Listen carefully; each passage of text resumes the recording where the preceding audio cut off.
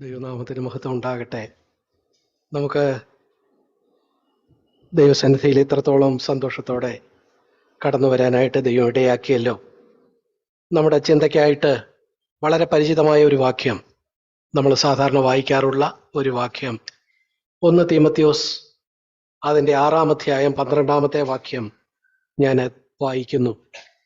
വിശ്വാസത്തിൻ്റെ നല്ല പോർ പൊരുതുക, വിശ്വാസത്തിൻ്റെ നല്ല പോർ പൊരുതുക, fight the good fight of faith. 12ന്റെ തുടക്കമാണ് ഞാൻ വായിച്ചത്. പ്രിയപ്പെട്ടവരെ, ഇവിടെ കണ്ടോ, നമ്മളെ സംബന്ധിച്ചിടത്തോളം, നമ്മളെ വിശ്വാസികൾ, കർത്താവിനെ രക്ഷകനും നാഥനുമായി സ്വീകരിച്ചവർ, സഭയുടെ ഭാഗമായി നിൽക്കുന്ന നമ്മൾ, നമ്മുടെ നിത്യജീവിതത്തിൽ നമ്മൾ എന്താ ചെയ്യുന്നത്, അതിനെക്കുറിച്ചാണ് നമ്മളിവിടെ വായിച്ചത്.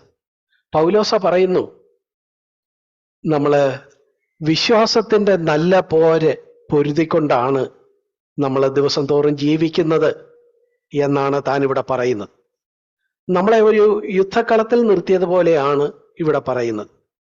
ഫൈറ്റ് ദ ഗുഡ് ഫൈറ്റ്, നല്ല യുദ്ധം, അത് വിശ്വാസത്തിൻ്റെതായ നല്ലൊരു യുദ്ധം പൊരുതാനായിട്ടാണ് നമ്മളെ ആക്കി വെച്ചിരിക്കുന്നത്. അപ്പോൾ നമ്മൾ നിൽക്കുന്നത് ഒരു യുദ്ധക്കളത്തിലാണ്. എന്നാൽ അടുത്ത പേജിലേക്ക് വരുമ്പോൾ 2 തീമോഥെയോസ് 2-ാം അധ്യായം അതിൻ്റെ 5-ാമത്തെ വാക്യം മലയാളത്തിലും ഏതാണ്ട് ഇതേപോലെയാണ്.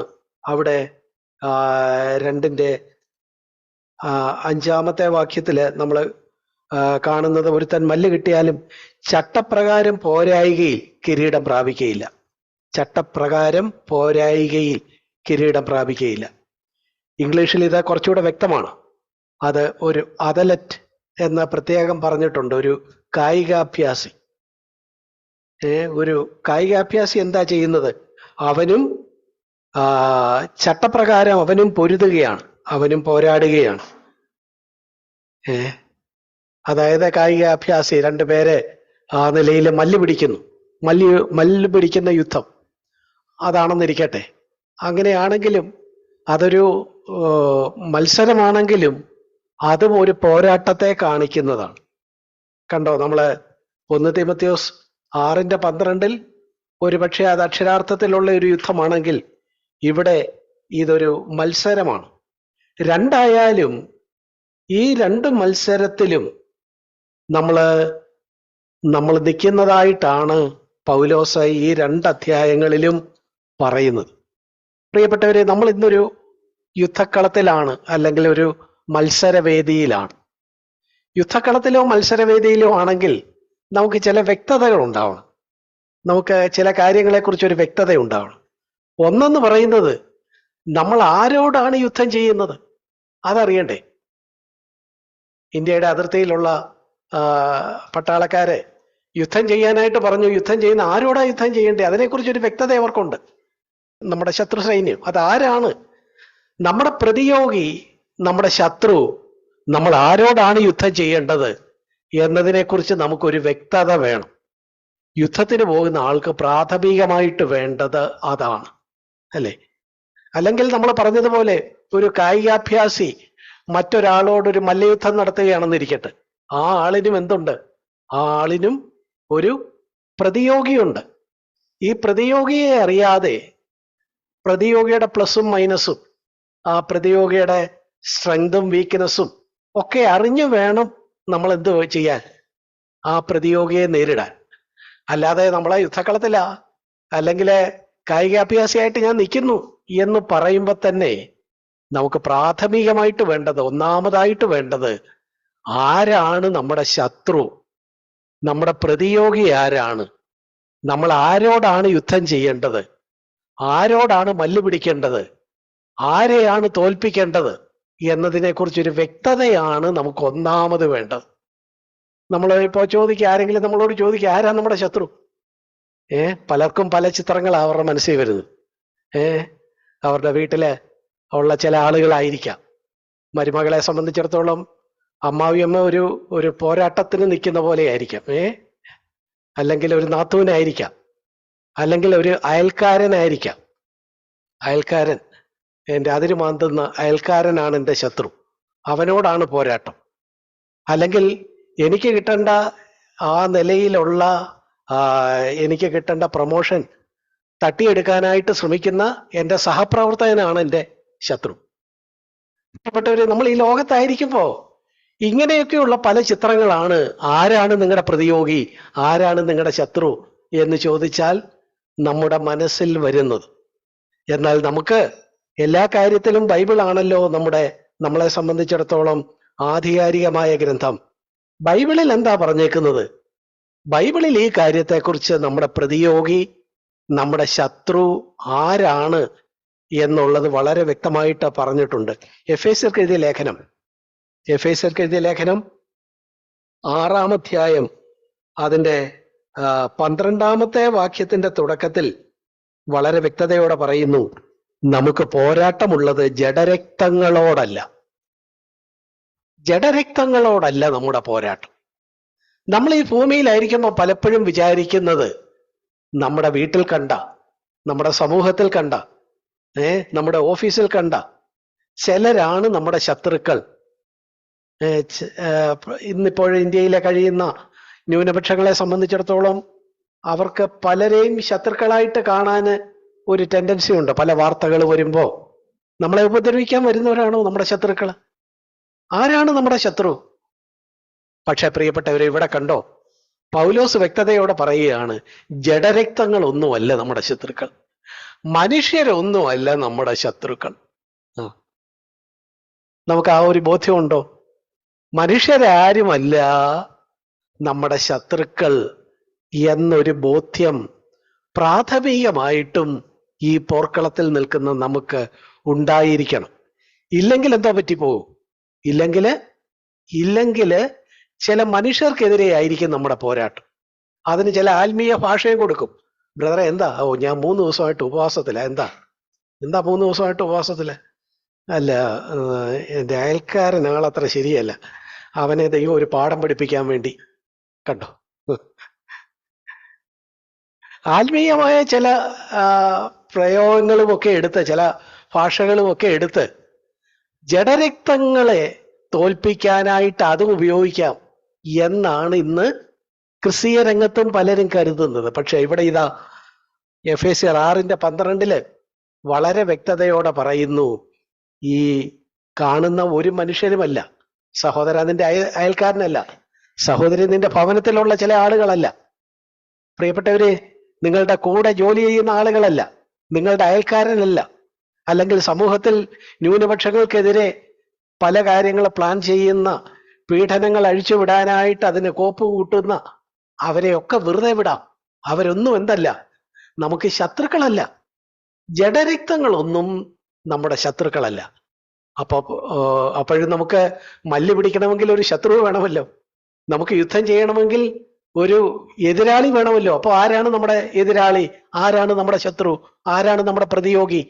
ഇവിടെ ഇതാ എഫേസ്യർ 6:12 അത് തുടർന്ന് പറയുന്നുണ്ട്, നമുക്ക് പോരാട്ടമുള്ളത് ജഡരക്തങ്ങളോടല്ല, മറിച്ച് ഈ അന്ധകാരത്തിന്റെ ലോകാധിപതി, സ്വർലോകങ്ങളിലെ ദുഷ്ടാത്മസേന. അപ്പോ ഈ മനുഷ്യരെയൊക്കെ നമ്മുടെ നേരെ യുദ്ധത്തിന് വിടുന്നത്, അല്ലെങ്കിൽ നമ്മളോട് മല്ല് പിടിക്കാനായിട്ട് വിടുന്നതും ഒക്കെ അതിന്റെ പിന്നിൽ ഒരു ആളുണ്ട്. ആ ആളാരാണ്? ഈ ലോകത്തിന്റെ അധിപതി, അല്ലെങ്കിൽ സ്വർലോകങ്ങളിലെ ദുഷ്ടാത്മസേന, അവരെ നിയന്ത്രിക്കുന്ന ആ സാത്താൻ, പിശാച്. അവനോടാണ് നമുക്ക് പോരാട്ടമുള്ളത്. അവനാണ് നമ്മുടെ പ്രതിയോഗി, അല്ലാതെ മനുഷ്യരാരുമല്ല. ഒരു പലപ്പോഴും നമ്മൾ ഇതിനെക്കുറിച്ച് ഒരു വ്യക്തത ഉണ്ടാകണം. നമ്മളൊരു ചതുരംഗം എന്ന് പറഞ്ഞാൽ കുഞ്ഞുങ്ങൾക്കറിയാം, ചെസ് കളിക്കാനായിട്ടിരിക്കുന്നു. നമുക്ക് എന്തുണ്ട്? നമ്മുടെ എതിർവശത്ത് ഒരാൾ ഇരിപ്പുണ്ട്. അയാൾ എന്തോ ചെയ്യുന്നു? അയാള് പല കരുക്കൾ നമുക്കെതിരെ കൊണ്ടുവരുന്നു. ആദ്യം ഒരു കരു മുന്നോട്ട് വെക്കുന്നു, നമ്മൾ ഒരു വിധത്തിൽ അതിനെ ഒഴിഞ്ഞു പോകുമ്പം അതിനേക്കാൾ ശക്തമായ മറ്റൊരു കരുവിനെ നമ്മുടെ മുമ്പിൽ വെക്കുന്നു. അപ്പൊ നമ്മൾ വിചാരിക്കും ഈ കരുക്കളാണ് നമ്മുടെ ശത്രുക്കളെന്ന് വിചാരിച്ചാൽ എങ്ങനെ ഇരിക്കും? സഹോദര, ചതുരംഗക്കളത്തിലെ കരുക്കളല്ല നിന്റെ ശത്രു, മറിച്ച് ആരാ? ആ കരു നീക്കുന്ന ഒരു മാസ്റ്റർ ബ്രെയിൻ നിന്റെ പുറകിൽ ഇരിപ്പുണ്ട്. അദ്ദേഹമാണ് നിന്റെ ശത്രു എന്ന് പറഞ്ഞതുപോലെയാ. നമുക്കുള്ള ചിലപ്പോ ഓഫീസിലായാലും സമൂഹത്തിലായാലും ഒക്കെ നമുക്കെതിരെ ചില വ്യക്തികളെ കരുക്കളായിട്ട് ഉപയോഗിക്കുന്നുണ്ടാവും. നമ്മൾ കരുക്കളോട് യുദ്ധം പ്രഖ്യാപിക്കണ്ട. ആരോടാ യുദ്ധം പ്രഖ്യാപിക്കേണ്ടത്? ആരാണ് നമ്മുടെ പ്രതിയോഗി? അതിന്റെ പിന്നിൽ ഈ കരുക്കളെ ഈ കളത്തിൽ നമുക്കെതിരെ നീക്കി വെക്കുന്ന, കൃത്യമായിട്ട് നമ്മളെ പൂട്ടാനായിട്ട് ശ്രമിക്കുന്ന, അതിന്റെ പിന്നിലുള്ള മാസ്റ്റർ ബ്രെയിനായിട്ടുള്ള ഈ ഒരാളാണ് നമ്മുടെ ശത്രു, നമ്മുടെ പ്രതിയോഗി, നമ്മുടെ എതിരാളി. ആ ആളിനോടാണ് നമുക്ക് മല്ലയുദ്ധമുള്ളത്, ആ ആളിനോടാണ് നമുക്ക് യുദ്ധമുള്ളത് എന്നതിനെ കുറിച്ച് നമുക്കൊരു വ്യക്തത ഉണ്ടായിരിക്കണം.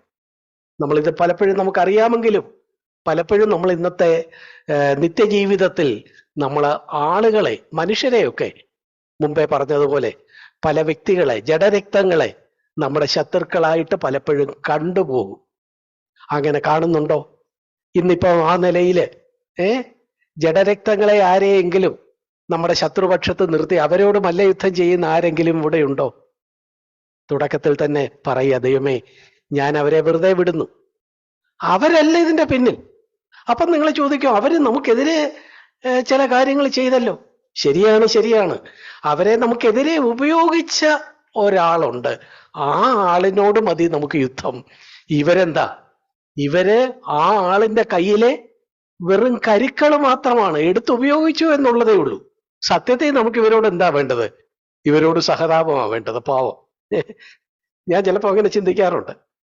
പ്രിയപ്പെട്ടവരെ, ഈ ഒരു ബോധ്യം നമുക്ക് ഒത്തിരി സ്വാതന്ത്ര്യം തരും, ഒത്തിരി സ്വാതന്ത്ര്യം തരും. നമ്മൾ പലപ്പോഴും ഇവിടെ പറയാറുള്ളത് പോലെ നമുക്ക് ഈ ഭൂമിയിൽ ഒരു മനുഷ്യനോടും ഒരു ശത്രുതയില്ല. അങ്ങനെ തന്നെ ആണോ? അതോ ഇതൊക്കെ കേവലം സഭയിൽ വന്ന് പറയുന്ന തിയറി മാത്രമാണോ? നെഞ്ചത്ത് കൈവച്ച് എത്ര പേർക്ക് പറയാൻ കഴിയും? നിങ്ങളുടെ കുടുംബത്തില്, നിങ്ങളുടെ സമൂഹത്തില്, നിങ്ങളുടെ ബന്ധുക്കളുടെ ഇടയില്, നിങ്ങളുടെ ഓഫീസില് എല്ലാമുള്ള പല മുഖങ്ങളെ ഒന്ന് ഓർത്തിട്ട്, എനിക്ക് ഒരു ശത്രു ഇല്ലാത്ത ഒരാളാണ് ഞാൻ, എനിക്കെതിരെ ഒരാളുമില്ല, ഒരു മനുഷ്യനും എൻ്റെ ശത്രുവല്ല. പക്ഷേ ഈ മനുഷ്യരെയൊക്കെ നമുക്കെതിരെ ഉപയോഗിക്കുന്ന ഒരു അന്ധകാരത്തിന്റെ ലോകാധിപതിയുണ്ട്. സ്വർലോകത്തെ ദുഷ്ടാത്മസേനയെ ആ നിലയിൽ അതിനെ ഉപയോഗപ്പെടുത്തി വിശ്വാസിക്കെതിരെ കരുക്കൾ നീക്കുന്ന ഒരുവനുണ്ട്. അത് നമ്മുടെ ആത്മാവിന്റെ പ്രതിയോഗിയായ പിശാചാണ്. അവനോട് മാത്രമേ നമുക്ക് യുദ്ധമുള്ളൂ, അവനോട് മാത്രമേ പോരാട്ടമുള്ളൂ എന്ന് നമ്മൾ ആദ്യമേ തീരുമാനിക്കണം. പ്രിയപ്പെട്ടവരെ, നമ്മളൊരു യുദ്ധക്കളത്തിലാണ്. യുദ്ധക്കളത്തിലാകുമ്പോൾ നമുക്കൊരു പ്രതിയോഗി വേണം. പക്ഷെ ആ പ്രതിയോഗി ജഡരക്തങ്ങളല്ല, അതിൻ്റെ പിന്നിൽ ഉള്ള സാത്താനാണ്, പിശാചാണ്. അവനാണ് നമ്മുടെ ഏക പ്രതിയോഗി. നമുക്കൊരേ ഒരു ശത്രുവേ ഉള്ളൂ. അതാരാണ്? ഈ സാത്താനാണ്. അല്ലാതെ ഒരു മനുഷ്യനും നമ്മുടെ ശത്രുക്കളല്ല എന്നൊരു സ്വാതന്ത്ര്യത്തിലേക്ക് നമ്മൾ വരണം. പ്രിയപ്പെട്ടവരെ, ഈ നിലയില്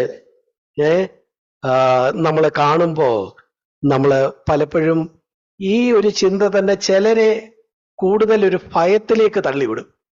എന്ന് വെച്ചാൽ അവർ വിചാരിക്കുന്നത് എന്താ, അയൽക്കാരനോ മറ്റോ ആയിരുന്നു ശത്രുവെങ്കിൽ എങ്ങനെയും അവനെ കൈകാര്യം ചെയ്യാമായിരുന്നു. അവനും ഒരു മനുഷ്യനല്ലേ. അവന്റെ പ്ലസും മൈനസും ഒക്കെ നമുക്കറിയാം. അവനെ എങ്ങനെയെങ്കിലും നമുക്ക് പൂട്ടായിരുന്നു. ഇതിടാ ബ്രദർ പറയുന്നു, ഇവരാരുമല്ല, ഈ കാണുന്നവരൊന്നുമില്ല, വേറെ അന്ധകാരത്തിന്റെ ലോകാധിപതി, സ്വർലോകത്തിലെ അയ്യോ എന്റെ കർത്താവേ, എങ്ങനെ ആ പുള്ളിയുടെ അടുത്ത് എങ്ങനെ നിൽക്കും? ആ പുള്ളി എന്റെ പ്രതിയോഗിയാന്നാ പറഞ്ഞു വെക്കുന്നത്. അപ്പൊ എന്റെ നേരെ അദ്ദേഹം യുദ്ധം പ്രഖ്യാപിച്ചിട്ടുണ്ടെന്നായി പറയുന്നത്. അയൽക്കാരനായിരുന്നെങ്കിൽ എങ്ങനെയായിരുന്നു രക്ഷപ്പെട്ടു പോകായിരുന്നു. അല്ലെങ്കിൽ ഓഫീസിലെ എന്റെ പ്രൊമോഷൻ തട്ടിയെടുക്കാൻ ശ്രമിക്കുന്ന ആളാണെങ്കിൽ അവനിട്ട് വേല വെക്കാൻ എനിക്കും അറിയാം, എങ്ങനെങ്കിലും ഒക്കെ അഡ്ജസ്റ്റ് ചെയ്തു പോകായിരുന്നു. ഇതിപ്പം അതൊന്നുമല്ല പറയുന്നത്, വേറൊരു പുള്ളിയാ. ആ പുള്ളി ആരാ? അന്ധകാരത്തിന്റെ ലോകാധിപതി എന്നൊക്കെ പറയുമ്പോ സഹോദര സഹോദരി, നിനക്കൊരു പേടിയാണോ വരുന്നത്? പേടിക്കണ്ട, പേടിക്കണ്ട. നമ്മള് നേരത്തെ വായിച്ച ആ വാക്യത്തിന്റെ തുടക്കം കണ്ടോ? 1 തീമോഥെയോസ് 6-ാം അധ്യായത്തില് അതിന്റെ 12-ാമത്തെ വാക്യം വിശ്വാസത്തിന്റെ നല്ല പോർ പൊരുതുക എന്ന് പറഞ്ഞാണല്ലോ നമ്മൾ തുടങ്ങിയത്. ആ പാരഗ്രാഫ് ആരംഭിക്കുന്നത് കണ്ടോ, നീയോ ദൈവത്തിന്റെ മനുഷ്യനായുള്ളോവേ. സഹോദര, നിന്നെ എന്താ വിളിച്ചേക്കുന്നത്? നിന്നെ എന്താ വിളിച്ചേക്കുന്നത്? സഹോദരി, നിന്നെ എന്താ വിളിച്ചേക്കുന്നത്? ദൈവത്തിന്റെ മനുഷ്യൻ, ദൈവത്തിന്റെ സ്ത്രീ എന്നാണ് നിന്നെ വിളിച്ചേക്കുന്നത്. അപ്പോ ഈ അന്ധകാരത്തിന്റെ ലോകാധിപതിയെ നേരിടാൻ എനിക്ക് കഴിവില്ല, എനിക്ക് കെൽപ്പില്ല, എന്നെ കൊണ്ട് ഇത് നടക്കുമോ? വല്ല മനുഷ്യരായിരുന്നെങ്കിൽ, ജഡരക്തങ്ങളായിരുന്നെങ്കിൽ എങ്ങനെയും എനിക്ക് കൈകാര്യം ചെയ്യായിരുന്നു. ഇതെന്നെ കൊണ്ട് അസാധ്യമാണ് എന്നാണോ നീ പേടിക്കുന്നത്? പേടിക്കണ്ട, പേടിക്കണ്ട, പേടിക്കണ്ട. തുടക്കത്തിൽ തന്നെ പറയുന്നു, നീ ആരല്ല, നീ ഒരു കൊച്ചാളല്ല. നീ ആരാ? നീ ദൈവത്തിന്റെ മനുഷ്യനാണ്. പ്രിയപ്പെട്ടവരെ, ഇവിടെ ഇരിക്കുന്ന നമുക്ക് എല്ലാവർക്കും ആ നിലയില് കർത്താവിനെ രക്ഷകനായി സ്വീകരിച്ച എല്ലാവർക്കും, കുഞ്ഞുങ്ങൾ ഉൾപ്പെടെ ഉള്ളവർക്ക് ഞാൻ ധൈര്യത്തോടെ പറയാൻ കഴിയണം, അല്ലെങ്കിൽ കഴിയും, ഞാൻ ദൈവത്തിന്റെ മനുഷ്യനാണ്, അല്ലെങ്കിൽ ദൈവത്തിന്റെ സ്ത്രീയാണ്. ദൈവത്തിന്റെ മനുഷ്യനെ നിലനിർത്തേണ്ടത് ആരുടെ ചുമതലയാ? ദൈവത്തിന്റെ ചുമതലയാ. അപ്പോ സാത്താൻ നമുക്കെതിരെ ശത്രുവായിട്ടുണ്ടെങ്കിലും നമ്മളെ അവന്റെ തന്ത്രങ്ങൾക്കെതിരെ നിലനിർത്തുന്നതും അവനെ തോൽപ്പിക്കാൻ നമ്മളെ സഹായിക്കുന്നതുമായ ഒരുവനുണ്ട്. അവൻ ദൈവമാണ്. ദൈവത്തിന്റെ ആളാ നമ്മൾ. പലപ്പോഴും ആ ഒരു ധൈര്യം നമുക്ക് പലപ്പോഴും കാണാറില്ല. പ്രിയപ്പെട്ടവരെ, ഇവിടെ ഇതാ യുദ്ധക്കളത്തിൽ നിൽക്കുമ്പോൾ നിങ്ങൾ പേടിച്ചു പോകണ്ട. ഞാനും നിങ്ങളും ദൈവത്തിന്റെ മനുഷ്യരാണ്, ദൈവത്തിന്റെ മനുഷ്യനായുള്ളോവേ എന്നാണ് നമ്മൾ ഇവിടെ കാണുന്നത്. ആട്ടെ, അപ്പൊ നമ്മൾക്ക് ധൈര്യത്തോടെ യുദ്ധം ചെയ്യാം. കാര്യം നമ്മൾ ദൈവത്തിന്റെ മനുഷ്യരാണ്. ദൈവത്തിന്റെ ആയുധങ്ങളൊക്കെ നമ്മുടെ ആയുധങ്ങളാണ്. ദൈവം നമ്മെ സപ്പോർട്ട് ചെയ്യാനായിട്ട് നമ്മുടെ പിന്നിലുണ്ട്. ദൈവം ഈ പിശാചിനെതിരെ നമ്മളെ മുന്നിൽ നിർത്തുമ്പോൾ താൻ എന്താ ചെയ്യുന്നത് എന്ന് തനിക്കറിയാം. അതുകൊണ്ട് നമ്മൾ അനാഥരല്ല. യേശു കർത്താവ് പറഞ്ഞ ആ വാക്യം പലപ്പോഴും നമ്മൾ ഉദ്ധരിക്കാറുണ്ടല്ലോ, ഞാൻ നിങ്ങളെ അനാഥരായി വിടുകയില്ല. ഈ യുദ്ധക്കളത്തിൽ നിൽക്കുമ്പോഴും നമ്മളത് നമ്മുടെ വിശ്വാസത്തിന്റെ കാതുകൊണ്ട് കേൾക്കണം. ഞാൻ നിന്നെ അനാഥനായി വിടുകയില്ല. നീ ആരാ? നീ എനിക്ക് വിലപ്പെട്ടവനാണ്. നിന്റെ നോട്ടത്തിൽ നീ ഒരു ചെറിയ ആളാണെങ്കിലും നീ ദൈവത്തിന്റെ മനുഷ്യനാണ്, എന്റെ മനുഷ്യനാണ്, എന്റെ മകനാണ്, എന്റെ മകളാണ്. അതുകൊണ്ട് ഞാൻ നിന്റെ പിന്നിലുണ്ട് എന്നുള്ള ഒരു ധൈര്യം, പ്രിയപ്പെട്ടവരെ, ഈ യുദ്ധക്കളത്തിൽ നിൽക്കുമ്പോൾ നമുക്കുണ്ടാകണം. ആ ധൈര്യം നഷ്ടപ്പെട്ടു പോയാൽ പലപ്പോഴും ഈ അന്ധകാരത്തിന്റെ ലോകാധിപതി നമ്മളെ ഭയപ്പെടുത്തും. ഭയപ്പെടണ്ട. നമ്മൾ ധൈര്യത്തോടെ ദൈവം നമ്മുടെ പിന്നിലുണ്ട് എന്നുള്ള ബോധ്യത്തോടെ നമുക്ക് ഈ യുദ്ധക്കളത്തിൽ നിൽക്കാം. അങ്ങനെ യുദ്ധക്കളത്തിൽ നിൽക്കുന്നതിന്റെ ഭാഗമായിട്ട് നമുക്ക് എന്തോ ചെയ്യാൻ കഴിയും? നമുക്ക് ഇവനോട് എതിർത്ത് നിൽപ്പാൻ കഴിയും. ഇവനോട് എതിർത്ത് നിൽപ്പാൻ നമുക്ക് കഴിയും. നമ്മൾ എത്ര നാളാണോ ഈ ഭൂമിയിലുള്ളത്, നമ്മുടെ ഈ ഭൂമിയിലെ വാസം 70 ഏറെ ആയാൽ 80, എത്രയും ആകട്ടെ, എത്രയായാലും ആ നാള് മുഴുവൻ നമുക്കവനെ എതിർത്ത് നിൽപ്പാനായിട്ട് കഴിയും. നമ്മൾ അങ്ങനെ ഒരു വാക്യം വായിക്കുന്നുണ്ടല്ലോ, യാക്കോബിന്റെ ലേഖനം 4-ാം അധ്യായത്തിലേക്ക് വരുമ്പോ നമ്മളതാ വായിക്കുന്നത്. യാക്കോബിന്റെ ലേഖനം 4-ാം അധ്യായം അതിന്റെ 7-ാമത്തെ വാക്യം ഇങ്ങനെയാണ്, ആകയാൽ നിങ്ങൾ ദൈവത്തിന് കീഴടങ്ങുവീൻ, പിശാചിനോട് എതിർത്ത് നിൽപ്പി. അവ കണ്ടോ, ഇവിടെ യാക്കോബ് പറയുന്നത് നമുക്കൊരു എതിരാളിയുണ്ട്. ആ എതിരാളിയോട് നമ്മൾ എതിർത്ത് നിൽക്കണം. ആ എതിരാളി ആരാണ്? പിശാചാണ്. പ്രിയപ്പെട്ടവരെ, ഈ പിശാചിനോട് നമ്മൾ എതിർത്ത് നിൽക്കുന്നത് എന്തിന്റെ അടിസ്ഥാനത്തിലാ? ദൈവത്തിന്റെ മനുഷ്യരാണ് എന്നുള്ളതിന്റെ അടിസ്ഥാനത്തിലാ. അതുപോലെ തന്നെ നമ്മൾ പിശാചിനോട് എതിർത്ത് നിന്നാ മതി, മറ്റു മനുഷ്യരോട് ആരോടും എതിർത്ത് നിൽക്കണ്ട എന്നൊരു ധ്വനിയും ഈ വാക്യത്തിലുണ്ട്, ഇല്ലേ? പിശാചിനോട് എതിർത്ത് നിൽപ്പീൻ എന്ന് പറഞ്ഞാൽ നമ്മുടെ എതിരാളി പിശാചാണ്. പിശാചിനോട് മാത്രം എതിർത്താൽ മതി. മനുഷ്യരെയൊക്കെ നമുക്ക് വെറുതെ വിടാം. അവരാരും നമ്മുടെ ശത്രുക്കളോ പ്രതിയോഗികളോ അല്ല. അവര് ഈ പിശാചിന്റെ കയ്യിലെ കളിപ്പാവകൾ മാത്രമാണ്. ആ ലോകത്തിന്റെ അധിപതിയുടെ കയ്യിലെ കരുക്കൾ മാത്രമാണ് എന്ന് കണ്ട് നമ്മൾ അവരെയൊക്കെ വെറുതെ വിട്ട് നമുക്ക് ഈ പിശാചിനോട് എതിർത്ത് നിൽക്കണം. എഫേസ്യ ലേഖനത്തിൽ നമ്മൾ മുമ്പേ വായിച്ച വാക്യത്തിലും ഈ എതിർത്ത് നിൽപ്പ്, ദൈവത്തിന്റെ മനുഷ്യനായിട്ട് നമ്മൾ നിന്ന് ഈ പിശാചിനോട് എതിർത്ത് നിൽക്കുക തന്നെ വേണം, അല്ലാതെ ഭയപ്പെടരുത് എന്ന് പറയുന്ന പല ഭാഗങ്ങൾ നമുക്ക് കാണാൻ കഴിയും. മുമ്പേ നമ്മൾ വായിച്ച എഫേസ്യർ 6-ാം അധ്യായം നമുക്ക് പോരാട്ടമുള്ളത് ജഡരക്തങ്ങളോടല്ല എന്ന് പറയുന്നതിന്റെ മുകളിലത്തെ വാക്യം 11-ാം വാക്യം, പിശാചിന്റെ തന്ത്രങ്ങളോട് എതിർത്തു നിൽപ്പാൻ. കണ്ടോ, ഇവിടെയും നമ്മള് പിശാചിന്റെ തന്ത്രങ്ങളോട് എതിർത്ത് നിൽപ്പാൻ അവിടെ നമ്മളോട് പറഞ്ഞിരിക്കുന്നു. അതിന്റെ താഴെ 13-ാം വാക്യത്തിൽ, അതുകൊണ്ട് ദുർദിവസത്തിൽ എതിർപ്പാനും സകലവും സമാപിച്ചിട്ട് ഉറച്ചു നിൽപ്പാനും. കണ്ടോ, ഇവിടെ എതിർക്കുക വേണം, എതിർക്കുന്നിടത്ത് നമ്മൾ ഉറച്ചു നിൽക്കണം. നമ്മള് എതിർത്ത് നിൽക്കണമെന്ന് നേരത്തെ 11-ാം വാക്യത്തിലും നമ്മൾ കണ്ടു. അപ്പൊ 11-ാം വാക്യത്തിലും 13-ാം വാക്യത്തിലും പിശാചിനോട് എതിർത്ത് നിൽപ്പാനും അവന്റെ നേരെ ഉറച്ചു നിൽപ്പാനും അവനോട് യുദ്ധം ചെയ്യാനും ഒക്കെ പറഞ്ഞിട്ടുണ്ട്. എന്നിട്ട് ഈ 6-ാം അധ്യായം, എഫേസ്യ ലേഖനം 6-ാം അധ്യായത്തില് തുടർന്ന് അവനോട് യുദ്ധം ചെയ്യുമ്പോൾ നമ്മൾ ധരിക്കേണ്ട ആ നിലയിലുള്ള കവചത്തെക്കുറിച്ചും ഹെൽമെറ്റിനെ കുറിച്ചും ഒക്കെ ഉള്ള വിശദമായ യുദ്ധക്കളത്തിൽ നമ്മൾ ധരിക്കേണ്ട സർവായുധവർഗത്തെക്കുറിച്ചാണ് തുടർന്ന് പറയുന്നത്. പോട്ടെ, നമ്മൾ അതിനെ കുറിച്ച് പലപ്പോഴും പറഞ്ഞിട്ടുള്ളത് കൊണ്ട് അതിലേക്ക് കടക്കുന്നില്ല. നമ്മൾ പറഞ്ഞത് ഇത്രയേ ഉള്ളൂ പ്രിയപ്പെട്ടവരെ. നമ്മള് ഒരു യുദ്ധക്കളത്തിലാണ്. 1, നമ്മളൊരു യുദ്ധക്കളത്തിലാണ്. 2, നമുക്കൊരു എതിരാളിയുണ്ട്. 3, ആ എതിരാളി ഒരു ജഡരക്തവുമല്ല. 4, ആ എതിരാളി ഈ പിശാചാണ്. 5, അത് മനസ്സിലാക്കി നമ്മൾ അവനോട് എതിർത്ത് നിൽക്കണം, ഉറച്ചു നിൽക്കണം, ധൈര്യത്തോടെ നിൽക്കണം. നമ്മൾ ദൈവത്തിന്റെ മനുഷ്യരാണ് എന്നുള്ള ഉറപ്പോടെ ധൈര്യത്തോടെ നിൽക്കണം. അല്ലാതെ അവിടെ നിന്ന് ഒളിച്ചോടണ്ട, വിഷമിക്കണ്ട, പേടിക്കണ്ട, ഭയപ്പെടണ്ട. നിനക്ക് പിന്നിൽ ദൈവം അവിടുന്ന് നമ്മെ പിന്തുണയ്ക്കാനായിട്ടുണ്ട് എന്നുള്ള ഒരു ഉറപ്പ് തന്നുകൊണ്ടാണ് ഈ 1 തീമോഥെയോസ് 6-ാം അധ്യായത്തില് നമ്മൾ ആ പാരഗ്രാഫ് തുടങ്ങുന്നത്.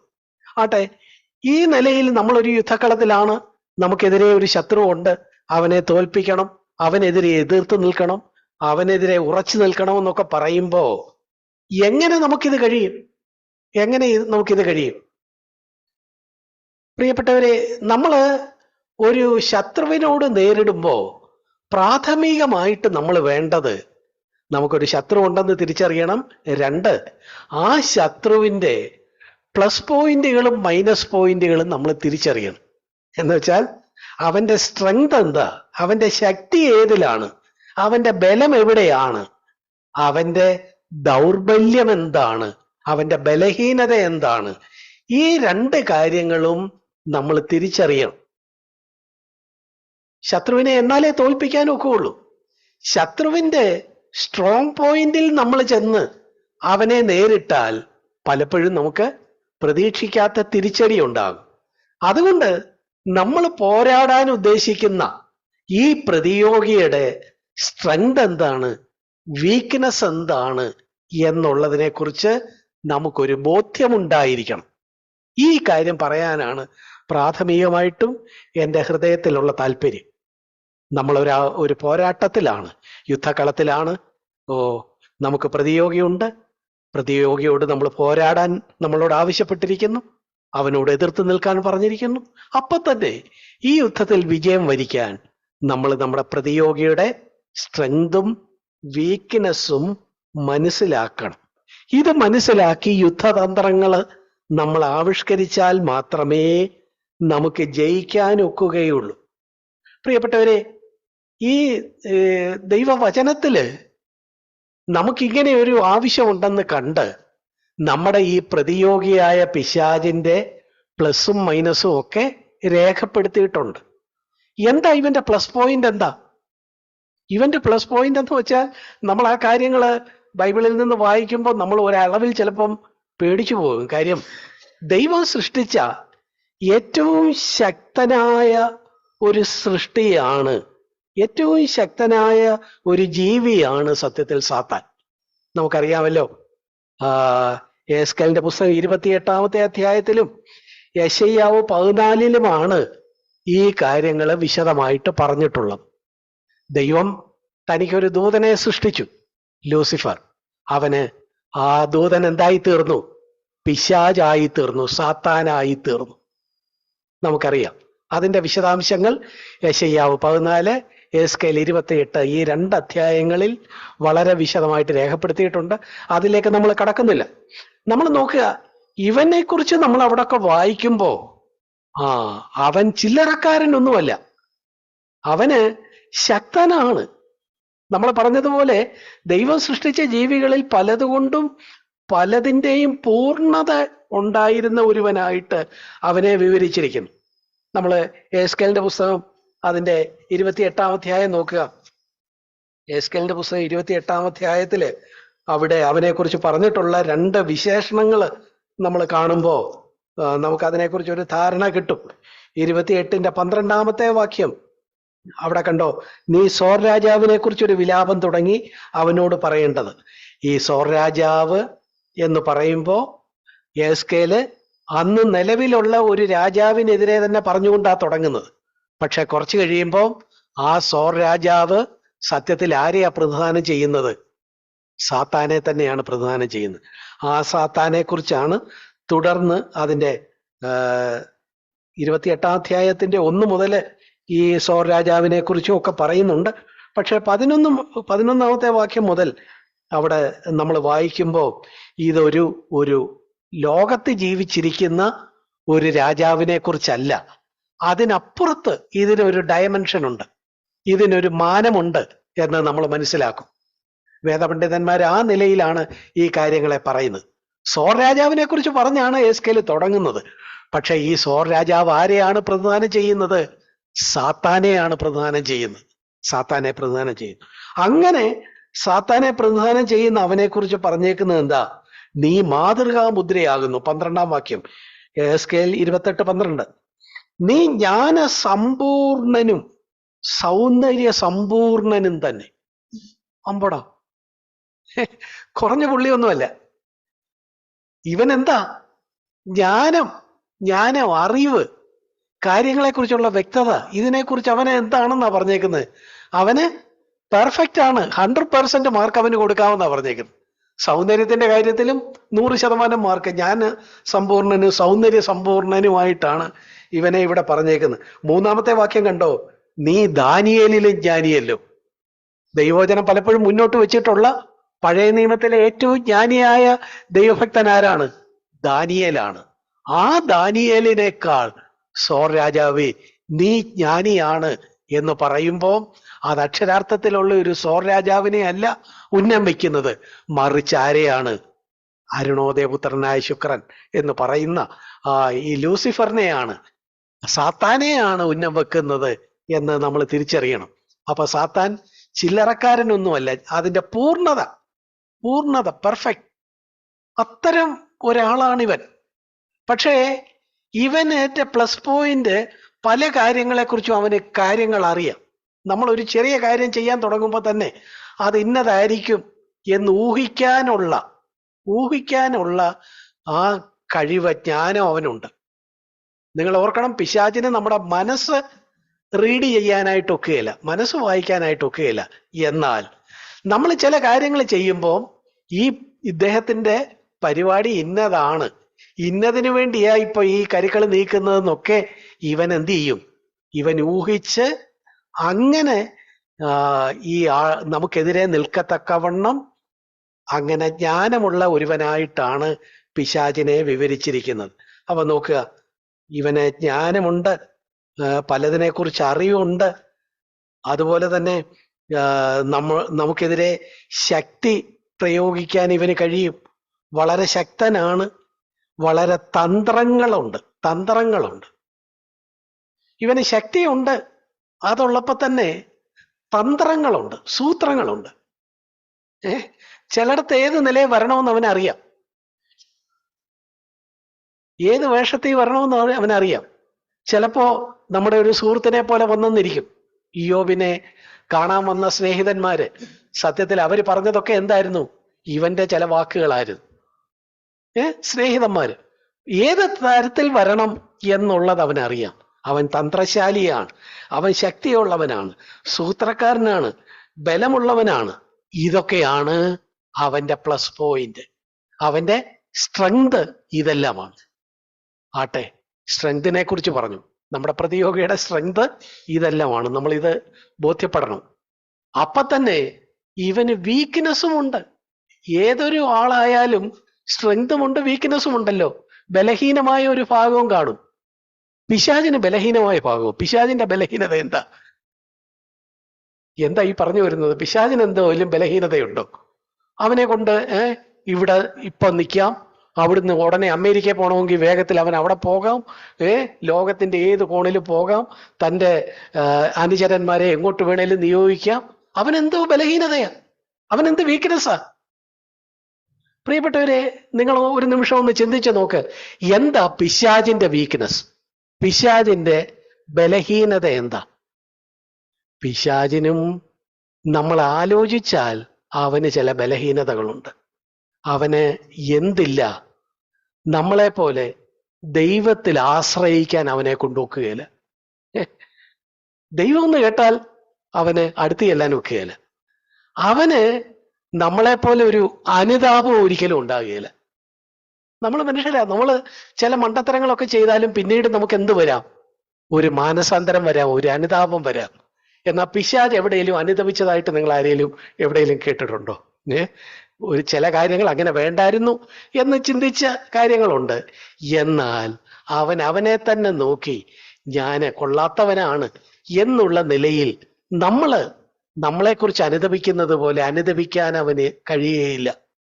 അവനൊരു മാനസാന്തരമില്ല, അവനൊരു കണ്ണുനീരില്ല, അവന് ദൈവത്തിൽ ഒരു ആശ്രയമില്ല. ദൈവത്തിന്റെ അടുത്തേക്ക് അവന് ഒരു മകനെന്നോ അല്ലെങ്കിൽ ദൈവത്തിൽ ആശ്രയിക്കുന്ന ഒരാളെന്നോ ഉള്ള നിലയിൽ ചെല്ലാൻ ഒക്കുകയില്ല. ഇതെല്ലാമാണ് അവന്റെ വീക്ക്നെസ്. ഈ കാര്യം കേട്ടപ്പോൾ അതൊരു വീക്ക്നെസ് ആയിട്ട് പലർക്കും തോന്നുന്നില്ലേ? പ്രിയപ്പെട്ടവരെ, സത്യത്തിൽ അതൊരു ബലഹീനതയാണ്. നമ്മള് ഇവനെതിരെ യുദ്ധക്കളത്തിൽ നിൽക്കുമ്പം നമ്മൾ ഇവന്റെ സ്ട്രെങ്ത് മനസ്സിലാക്കണം, ഇവന്റെ ബലഹീനതയും മനസ്സിലാക്കണം. എന്നിട്ട് നമ്മൾ യുദ്ധം ചെയ്യുമ്പോൾ ഇവന്റെ ബലമുള്ള കാര്യങ്ങളിൽ അല്ല നമ്മൾ യുദ്ധം, അവിടെയല്ല നമ്മൾ ഊന്നേണ്ടത്. മറിച്ച് എന്തിലാ ഊന്നേണ്ടത്? അവന്റെ ബലഹീന വശങ്ങളിലാണ് ഊന്നേണ്ടത്. ഇല്ലേ? നമ്മൾ ഒരാളെ കീഴടക്കണമെങ്കിൽ അയാളുടെ ബലഹീനത എന്താണെന്ന് നോക്കി ആ ബലഹീനത ഉപയോഗപ്പെടുത്തി വേണം ആ ആളിനെ കീഴടക്കാൻ. അല്ലാതെ ആ ആളിന്റെ സ്ട്രെങ്തിന്റെ നേരെ ചെന്നാൽ നമ്മൾ പലപ്പോഴും നമ്മൾ തോറ്റുപോകും. അങ്ങനെയാണെങ്കിൽ പ്രിയപ്പെട്ടവരെ, നമ്മൾ പറഞ്ഞു വരുന്നത് ഈ ഒരു കാര്യമാണ്. നമുക്ക് ഈ പിശാചിനെ വീഴ്ത്താനായിട്ട്, അവനെ തോൽപ്പിക്കാനായിട്ട് അവന്റെ ബലഹീനതയുടെ ഭാഗത്ത് നമ്മൾ അടിയുറച്ച് നിന്ന് ആ കാര്യങ്ങളുമായിട്ട് നമ്മൾ മുന്നോട്ട് പോയാൽ മതി. എന്ന് പറഞ്ഞാൽ എന്താ? നമ്മൾ പറഞ്ഞതിന്റെ ചുരുക്കം, തന്ത്രം കൊണ്ട് നമ്മൾ അവനെ തോൽപ്പിക്കാൻ നോക്കണ്ട, ബുദ്ധി കൊണ്ട് അവനെ തോൽപ്പിക്കാൻ നോക്കണ്ട, ശക്തി കൊണ്ട് അവനെ തോൽപ്പിക്കാൻ നോക്കണ്ട, കണക്കുകൂട്ടലും അല്ലെങ്കിൽ ബലവും കൊണ്ട് അവനെ തോൽപ്പിക്കാൻ നോക്കണ്ട. മറിച്ച് നമുക്ക് അവനെ നേരിടാവുന്ന വേറെ ചില മേഖലകളുണ്ട്. അതെന്തൊക്കെയാ? നമുക്ക് ദൈവാശ്രയത്വത്തോടെ, നമുക്ക് സത്യസന്ധതയോടെ, നമുക്ക് താഴ്മയോടെ, നമുക്ക് സൗമ്യതയോടെ, ഇങ്ങനെയൊക്കെയുള്ള ചില കാര്യങ്ങൾ അത് അവന് തൊട്ട് തീണ്ടിയിട്ടില്ല. അവന് താഴ്മ എന്നൊരു കാര്യമില്ല. പിശാചിന് എന്തില്ല? താഴ്മയില്ല. അവൻ എന്തില്ല? അവന് സൗമ്യതയില്ല, അവന് സ്നേഹമില്ല. ഇതെല്ലാം അവന്റെ ബലഹീനതയായിട്ട് കണ്ട് അവന്റെ ബലഹീനമായ ഈ കാര്യങ്ങൾ നമ്മൾ കയ്യാളി ആ കാര്യങ്ങളുമായിട്ട് നിന്നാൽ പിശാചിന് എന്ത് ചെയ്യാൻ ഒക്കുകയില്ല? നമ്മളെ തോൽപ്പിക്കാൻ ഒക്കുകയില്ല. നമുക്കറിയാവുന്ന കാര്യമാണ്. എന്നാലും ഒരു പ്രത്യേക നിലയിൽ ഞാൻ ഇത് പറഞ്ഞു എന്നുള്ളതേ ഉള്ളൂ. പ്രിയപ്പെട്ടവരെ, അവന്റെ സ്ട്രെങ്തും അവന്റെ വീക്ക്നെസ്സും ഈ കാര്യങ്ങളെ നോക്കിയിട്ട് അവന്റെ സ്ട്രെങ്ത് ഉള്ള ഭാഗങ്ങളിൽ അവനോട് പോരാടാതെ, അവന്റെ ആ വീക്ക്നെസ്, അത് നമ്മളെ സംബന്ധിച്ചിടത്തോളം, ദൈവമക്കളെ സംബന്ധിച്ചിടത്തോളം ദൈവത്തോടുള്ള അടുപ്പമാണ്, ദൈവത്തിലുള്ള വിശ്വാസമാണ്, ദൈവത്തിലുള്ള ആശ്രയമാണ്, താഴ്മയാണ്, ദൈവത്തോടുള്ള സ്നേഹമാണ്, സൗമ്യതയാണ്, നിലവിളിയാണ്, കണ്ണുനീരാണ്, അനുതാപമാണ്. ഇതൊക്കെ അവൻ അന്യമാണ്, അവന് മനസ്സിലാവുകയില്ല. ഈ കാര്യങ്ങളെ മുറുകെ പിടിച്ചുകൊണ്ട് നമ്മൾ ഈ യുദ്ധക്കളത്തിൽ നിന്നാൽ നമുക്ക് ദൈവം എപ്പോഴും നമ്മോട് ചേർന്ന് നിൽക്കും. ദൈവത്തിന്റെ ഭാഗത്ത് എപ്പോഴും നമുക്ക് നിൽക്കാം. ദൈവത്തിന്റെ ഭാഗത്ത് ആ നിലയിൽ ദൈവത്തോട് ചേർന്ന് നിൽക്കുന്ന നമ്മെ അവനൊരിക്കലും തോൽപ്പിക്കാനായിട്ട് കഴിയേയില്ല.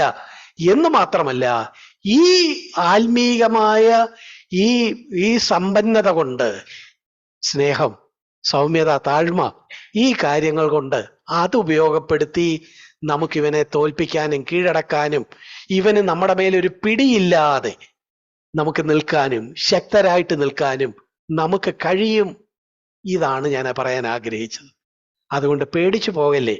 നമുക്ക് വലിയ ശക്തിയില്ല എന്ന് പറഞ്ഞ് അങ്ങനെ വിഷമിക്കല്ലേ. നമുക്ക് ഈ കാര്യങ്ങളൊക്കെ ഉണ്ട്. പിശാചിനെ സംബന്ധിച്ചിടത്തോളം അവന്റെ സ്ട്രെങ്ത് എന്താണ്? അവന്റെ ചില സ്ട്രെങ്തുകൾ കണ്ട്, അവനെക്കുറിച്ച് പറയുന്ന ചില കാര്യങ്ങൾ നോക്കി, അവന്റെ സ്ട്രെങ്ത് എന്തൊക്കെയാണെന്ന് കണ്ട് നമ്മൾ അതിനെ ഒഴിവാക്കണം. നമ്മൾ മുമ്പേ എസ്കേലിന്റെ പുസ്തകവും യെശയ്യാവിന്റെ പുസ്തകവും നമ്മൾ പറഞ്ഞല്ലോ. എസ്കേലിന്റെ പുസ്തകം 28-ാം അധ്യായത്തിലാണ് ഇവന് എങ്ങനെയാണ് പിശാചായി മാറിയത് എന്നുള്ള കാര്യം പറയും. യെശയ്യാവിന്റെ പുസ്തകം 14-ാം അധ്യായത്തിലും ഈ കാര്യം വിശദമായിട്ട് പറയുന്നുണ്ട്. നമുക്കറിയാം, അവിടെ അതിന്റെ 12 മുതലുള്ള, യെശയ്യാവ് 14:12 മുതലുള്ള വാക്യങ്ങൾ നോക്കുക. അരുണോദയപുത്രനായ ശുക്ര, നീ എങ്ങനെ ആകാശത്ത് നിന്ന് വീണു? ജാതികളെ താഴ്ത്തി കളഞ്ഞവനെ, നീ എങ്ങനെ വെട്ടേറ്റ് നിലത്ത് വീണു? ഇവൻ ദൈവത്തിന്റെ നല്ല ദൂതനായിരിക്കെ അവൻ എങ്ങനെയാണ് പിശാചായി മാറിയത് എന്നാണ് യെശയ്യാവ് ഇവിടെ വിവരിക്കുന്നത്. എങ്ങനെയാണ് ദൈവം അവനെ വെട്ടി താഴെയിട്ടത്, എങ്ങനെയാണ് അവനെ തള്ളിക്കളഞ്ഞത് എന്ന കാര്യമാണ് 12 മുതൽ വിവരിക്കുന്നത്. അവിടെ കണ്ടോ, അതിന്റെ കാരണം 13-14 വാക്യങ്ങളിൽ നമുക്ക് കാണാൻ കഴിയും. 13-ാം വാക്യം ഒരു കൊട്ടേഷനിലാണ് തുടങ്ങുന്നത്. പിശാച് പറയുന്ന കാര്യമാണ്, അല്ലെങ്കിൽ അരുണോദയപുത്രനായ ശുക്രൻ, ലൂസിഫർ പറയുന്ന കാര്യമാണ്. ഞാൻ സ്വർഗത്തിൽ കയറും, എന്റെ സിംഹാസനം ദൈവത്തിന്റെ നക്ഷത്രങ്ങൾക്ക് മീതെ വയ്ക്കും, ഉത്തരദിക്കിന്റെ അതിർത്തിയിൽ സമാഗമ പർവ്വതത്തിൽ ഞാൻ ഇരുന്നരുളും, ഞാൻ മേഘോന്നതങ്ങൾക്ക് മീതെ കയറും, ഞാൻ അത്യുന്നതനോട് സമനാകും എന്നല്ലോ നീ ഹൃദയത്തിൽ പറഞ്ഞത്. അങ്ങനെ അവൻ ഞാന് ഐ വിൽ 5 വട്ടമൊറ്റ ആണ് അവിടെ പറഞ്ഞിരിക്കുന്നത്. ഐ വിൽ, ഞാൻ എന്ത് ചെയ്യും? ഞാൻ സ്വർഗത്തിൽ കയറും. കണ്ടോ, ഞാൻ നക്ഷത്രങ്ങൾക്ക് മീതെ എന്റെ സിംഹാസനം വയ്ക്കും, ഞാൻ സമാഗമപർവ്വതത്തിൽ ഇരുന്നരുളും, ഞാൻ മേഘോന്നതങ്ങൾക്ക് മീതെ കയറും, ഞാൻ അത്യുന്നതനോട് സമനാകും. ഞാൻ ഇതെന്താ? ഇതാണ് ദൈവത്തിന്റെ ദൂതനായിരുന്ന ലൂസിഫറിനെ പിശാചാക്കി മാറ്റിയത്. അരുണോദയപുത്രനെ, ശുക്രനെ വെട്ടേറ്റ് നിലത്ത് വീഴാൻ ഇടയാക്കിയത് ഈ ഒരു കാര്യമാണ്. ഇതിനെ എന്താ നമുക്ക് പറയാവുന്നത്? ഇതിനെ പറയാവുന്നത് നിഗളം. പ്രിയപ്പെട്ടവരെ, ദൈവം നമ്മളെ ആക്കി വെച്ചിരിക്കുന്ന ചില കാര്യങ്ങളുണ്ട്. അതിനപ്പുറത്തേക്ക് കടന്ന് അതിന്റെ മേളിൽ കയറും എന്ന് പറഞ്ഞ് നമ്മൾക്കില്ലാത്ത കാര്യങ്ങൾ നമ്മൾ പിടിക്കാനായിട്ട് ആ നിലയിൽ, സ്വന്തം നിലയിൽ ശ്രമിക്കുമ്പോൾ അതെന്തായി മാറും? നിഗളമായി മാറും. ഈ കാര്യമാണ് ഇവിടെ പറഞ്ഞിരിക്കുന്നത്. എസ്കേൽ 28-ന്റെ 1 മുതൽ 9 വരെയുള്ള വാക്യങ്ങളിലും ഈ കാര്യം കാണുന്നുണ്ട്. അപ്പോ ഇവിടെ കണ്ടോ, പിശാചിനെ പിശാചാക്കിയത് എന്താണ്? നിഗളമാണ് അവനെ പിശാചാക്കിയത്. അവന് ദൈവത്തിന്റെ ദൂതനായിരുന്നു. അവനെ ഈ സ്ഥാനത്തേക്ക് വീഴ്ത്തിക്കളഞ്ഞത് എന്താ? നിഗളമാണ്. ഈ ഒരു കാര്യം, അവന്റെ ഈ സ്ട്രോങ് പോയിന്റ് നിഗളമാണ്, അവന്റെ ഒരു സ്ട്രെങ്ത് എന്ന് മനസ്സിലാക്കി നമ്മൾ എന്തോ ചെയ്യണം? അവന്റെ ഈ സ്ട്രെങ്തിൽ നിന്ന് മാറി നിൽക്കണം. ഇതിന്റെ മറുവശം എന്താ? നിഗളത്തിന്റെ മറുവശം എന്താ? നിഗളത്തിന്റെ മറുവശം താഴ്മയാണ്. അതുകൊണ്ട് പ്രിയപ്പെട്ടവരെ, ഇവന്റെ വീക്ക് പോയിന്റ് ആണ്, നിഗളത്തിന്റെ മറുവശമായ ഇവന്റെ വീക്ക് പോയിന്റ് ആയ താഴ്മയെ നമ്മൾ മുറുകെ പിടിക്കണം. പുതിയ നിയമത്തിൽ രണ്ടിടത്ത് നമ്മൾ പലപ്പോഴും വായിച്ചിട്ടുണ്ട്. യാക്കോബിന്റെ ലേഖനം 4-ാം അധ്യായത്തിന്റെ 6-ാമത്തെ വാക്യം നോക്കുക. പിശാചിനോട് എതിർത്ത് നിൽക്കുകയും താഴ്മയുള്ളിടത്ത് കൃപ ലഭിക്കുകയും ചെയ്യും. 1 പത്രോസ് 5:5 ഇതേ കാര്യം തന്നെയാണ് പറയുന്നത്. അപ്പൊ യാക്കോബ് 4:6, 1 പത്രോസ് 5:5 ഇത് രണ്ടും നമ്മളോട് പറയുന്നത് താഴ്മയെ മുറുകെ പിടിക്കാനാ. എന്തുകൊണ്ടാ താഴ്മയെ മുറുകെ പിടിക്കാൻ പറഞ്ഞത്? പിശാചിനെ തോൽപ്പിക്കണമെങ്കിൽ അവന്റെ വീക്ക് പോയിന്റിൽ നമ്മൾ സ്ട്രെങ്ത് ഉള്ളവരായിരിക്കണം. അവന്റെ വീക്ക് പോയിന്റിൽ, അവന്റെ ബലഹീന ഭാഗത്ത് നമ്മൾ ശക്തരായാൽ അങ്ങനെ മാത്രമേ ഇവനെ തോൽപ്പിക്കാനൊക്കെ ഉള്ളൂ. അല്ലാതെ ഇവന്റെ ശക്തി ഉള്ളിടത്ത് നമ്മൾ എത്ര ശക്തി സംഭരിച്ച് ചെന്നാലും അവനെ തോൽപ്പിക്കാനൊക്കെയല്ല. കാര്യം അതിൽ അവന് എന്താണ്? പൂർണ്ണനാണ്. അതുകൊണ്ട് അവന്റെ ബലഹീന വശങ്ങൾ നമ്മൾ മനസ്സിലാക്കുക. ഒരു ബലഹീന വശം നമ്മൾ മനസ്സിലാക്കുക, എന്താ? അവന് നിഗളിയാണ്, അവന് താഴ്മ അവനില്ല. താഴ്മയില്ലായ്മയാണ് അവന്റെ ബലഹീനത. നമ്മൾ എന്തോ വേണം? അതുകൊണ്ട് അവൻ ബലഹീനനായിടത്ത് നമ്മൾ ശക്തിയുള്ളവരായിരിക്കണം. നമ്മൾ താഴ്മയെ നമ്മുടെ നെഞ്ചോട് ചേർത്ത് വെക്കണം, നമ്മുടെ ഹൃദയത്തോട് ചേർത്ത് വെക്കണം.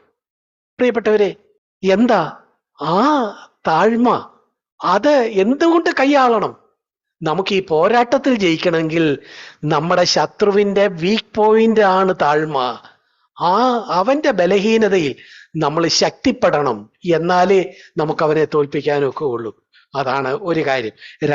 നമുക്ക് വളരെ വേഗത്തിൽ അവന്റെ കുറിച്ച് പറഞ്ഞിരിക്കുന്ന, പുതിയ നിയമത്തിൽ പറഞ്ഞിരിക്കുന്ന ചില ഭാഗങ്ങൾ നോക്കാം.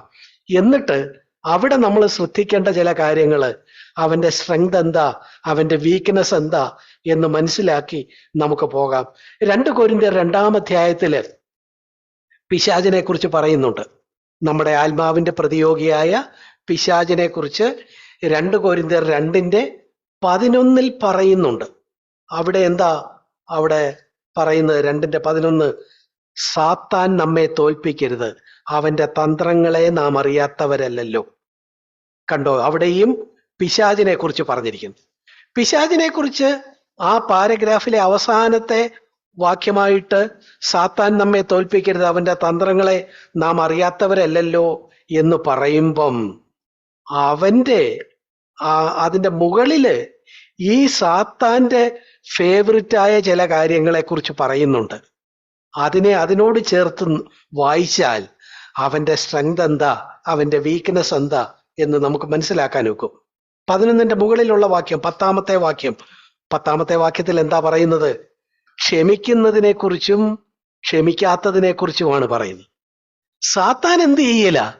സാത്താന് ക്ഷമിക്കുക എന്നുള്ള കാര്യം അവനില്ല. കാരണം അത് ദൈവീകമായ ഒരു ഗുണമാണ്. അപ്പം ക്ഷമിക്കാൻ ഒക്കുന്നില്ല എന്നുള്ളത് അവന്റെ ഒരു ബലഹീനതയാ, അല്ലേ? അവന്റെ ബലഹീനത, അവൻ ആരോടും ക്ഷമിക്കാൻ ഒക്കുകയില്ല എന്നുള്ളതാണെങ്കിൽ നമ്മൾ എന്തോ വേണം?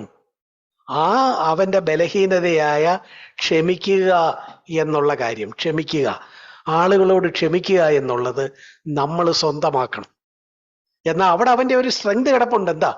ആരോടും ക്ഷമിക്കാൻ ഒക്കുകയില്ല എന്നുള്ളതും അവന്റെ സ്ട്രെങ്താ. ഒരാൾ വന്ന് എന്തെല്ലാം നമ്മളോട് ക്ഷമ ചോദിച്ചാലും ക്ഷമിക്കുകയില്ല എന്നുള്ളതും ആ ആളിനെ ശക്തനാക്കുന്നുണ്ട്. അങ്ങനെ ഒരു തെറ്റായ നിലയിൽ ശക്തി നേടിയവനാണ് ഈ സാത്താൻ. അവൻ ആരോടും ക്ഷമിക്കാൻ ഒക്കുകയില്ല. എന്നാൽ പ്രിയപ്പെട്ടവരെ, അവന്റെ സ്ട്രെങ്തിലല്ല അവിടെയല്ല നമ്മൾ ശ്രദ്ധിക്കേണ്ടത്, അതിന്റെ മറുവശത്താ. അവന് ആരോടും ക്ഷമിക്കുന്നില്ല, അതുകൊണ്ട് എല്ലാരോടും ക്ഷമിക്കുന്നത് ഞാൻ എന്താക്കും? എന്റെ സമ്പത്താക്കും.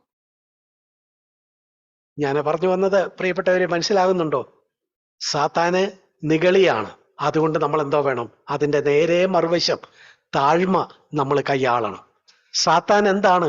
സാത്താന് ക്ഷമ എന്നത് അവന് അന്യമാണ്, അവന് ഉൾക്കൊള്ളാൻ ഒക്കുകയില്ല. അതുകൊണ്ട് നമ്മൾ എന്ത് വേണം?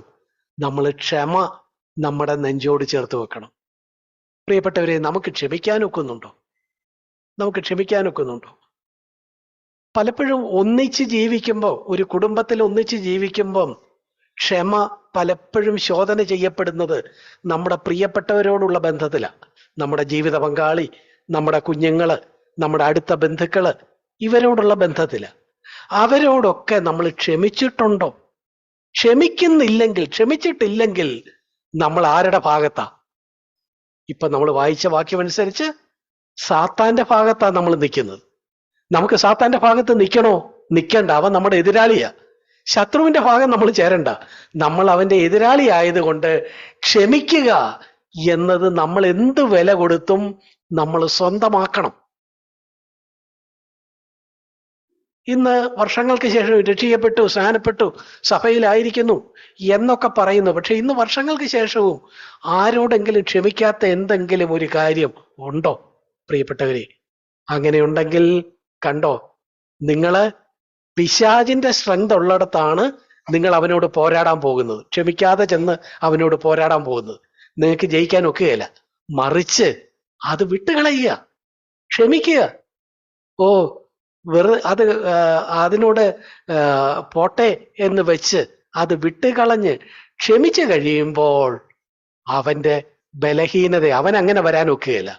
ആ പോയിന്റിൽ നിന്ന് നിങ്ങൾക്ക് അവനോട് പോരാടാനൊക്കും, അവനെ ജയിക്കാനായിട്ട് ഒക്കും. വളരെ വേഗത്തിലെ പിശാചിനെ കുറിച്ച് പറയുന്ന മറ്റൊരു ഭാഗം നമുക്ക് നോക്കാം. നമ്മൾ മുമ്പേ വായിച്ച എഫേസ്യർക്ക് എഴുതിയ ലേഖനം 4-ാം അധ്യായത്തിന്റെ എഫേസ്യർ 6 നിന്നാണ് നമ്മൾ മുമ്പേ വായിച്ചത്. എഫേസ്യർ 4-ാം അധ്യായത്തിന്റെ 27-ാം വാക്യവും പിശാചിനെ കുറിച്ച് നേരിട്ട് പറയുന്ന ഒരു വാക്യമാണ്. 4:27 പിശാചിന് ഇടം കൊടുക്കരുത്. കണ്ടോ, പിശാചിനെ കുറിച്ച് പറഞ്ഞു വരുമ്പം അതിനോട് ചേർന്ന് അവന്റെ ചില പ്രത്യേകതകൾ പറയും.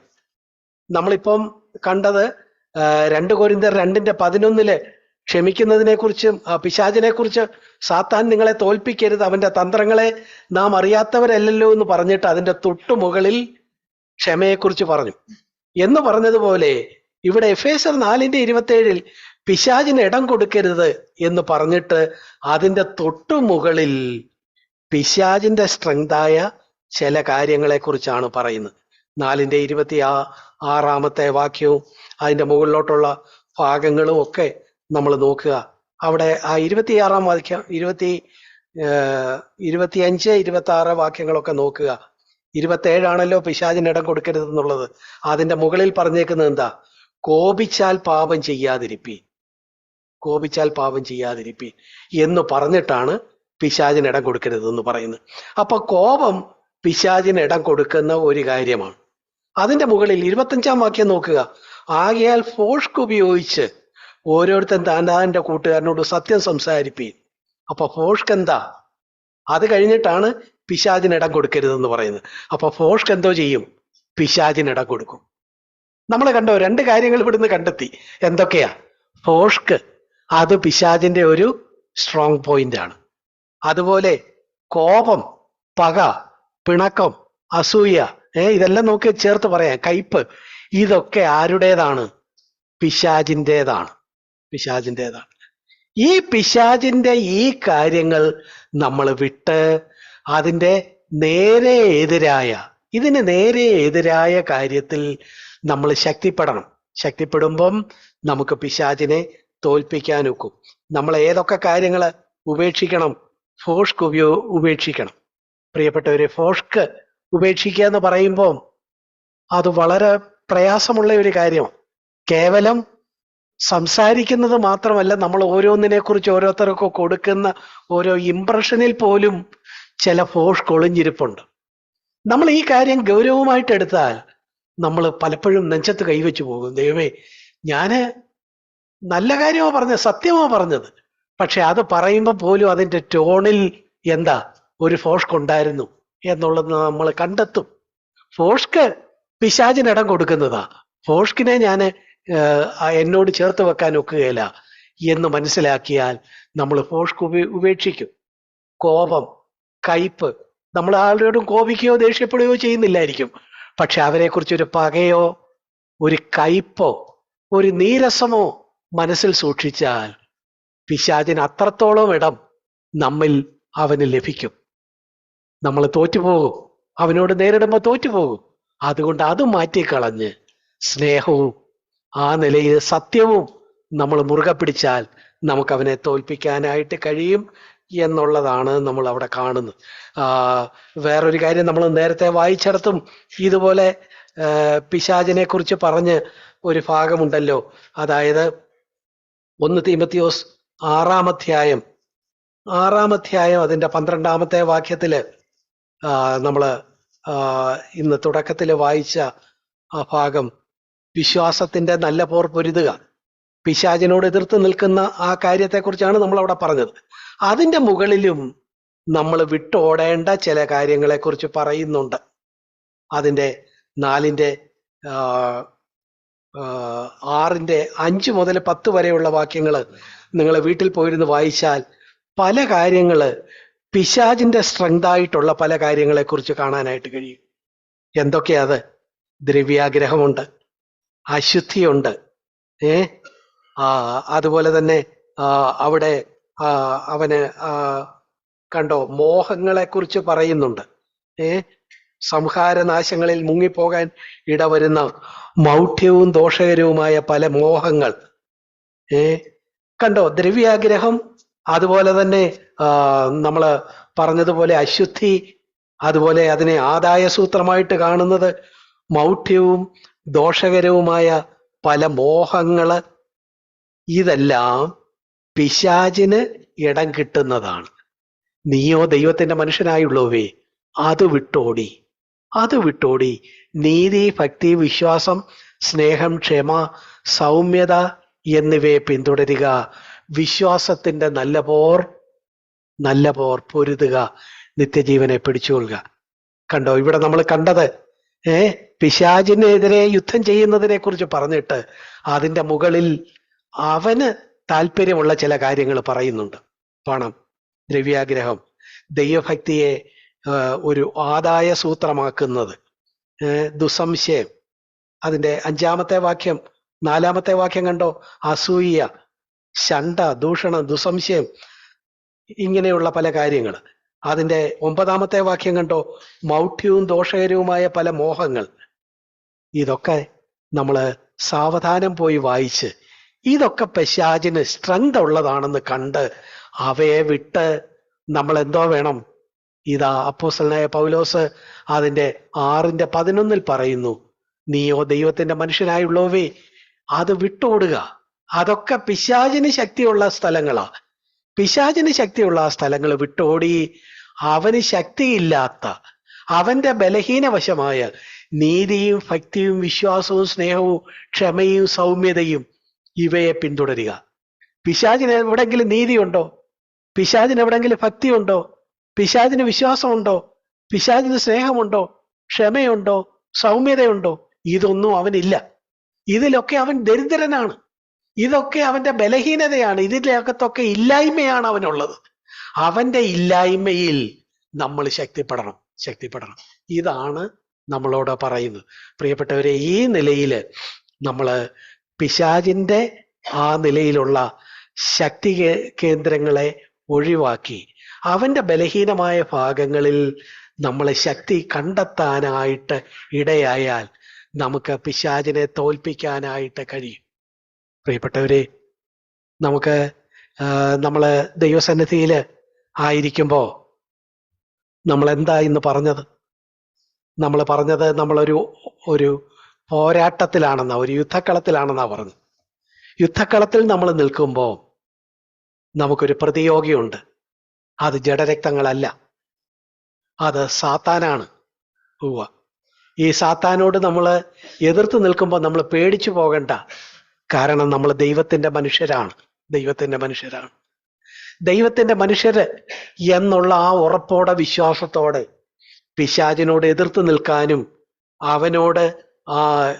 അവനെതിരെ യുദ്ധം ചെയ്യാനും അവന്റെ തന്ത്രങ്ങളോട് എതിർത്ത് നിൽക്കാനും ഉറച്ചു നിൽപ്പാനും നമുക്ക് കഴിയും. ഇത്രയും കാര്യങ്ങൾ നമ്മൾ പറഞ്ഞിട്ട് യുദ്ധതന്ത്രത്തെക്കുറിച്ചാണ് നമ്മൾ പിന്നെ വിശദമായിട്ട് പറഞ്ഞത്. യുദ്ധതന്ത്രത്തെക്കുറിച്ച് ചിന്തിച്ചപ്പോൾ നമ്മൾ എന്തോ പറഞ്ഞു? അവന് ശക്തിയുള്ളതിനെ നമ്മൾ ഒഴിവാക്കണം. അവന്റെ ബലഹീനമായ വശങ്ങളിൽ നമ്മൾ ശക്തി കേന്ദ്രീകരിക്കണമെന്ന് പറഞ്ഞു. അവന്റെ ശക്തിയുള്ള കാര്യം എന്താ? നിഗളം. അതുകൊണ്ട് അതിന് നേരെ എതിരായ താഴ്മയിൽ നമ്മൾ ശക്തിപ്പെടണം.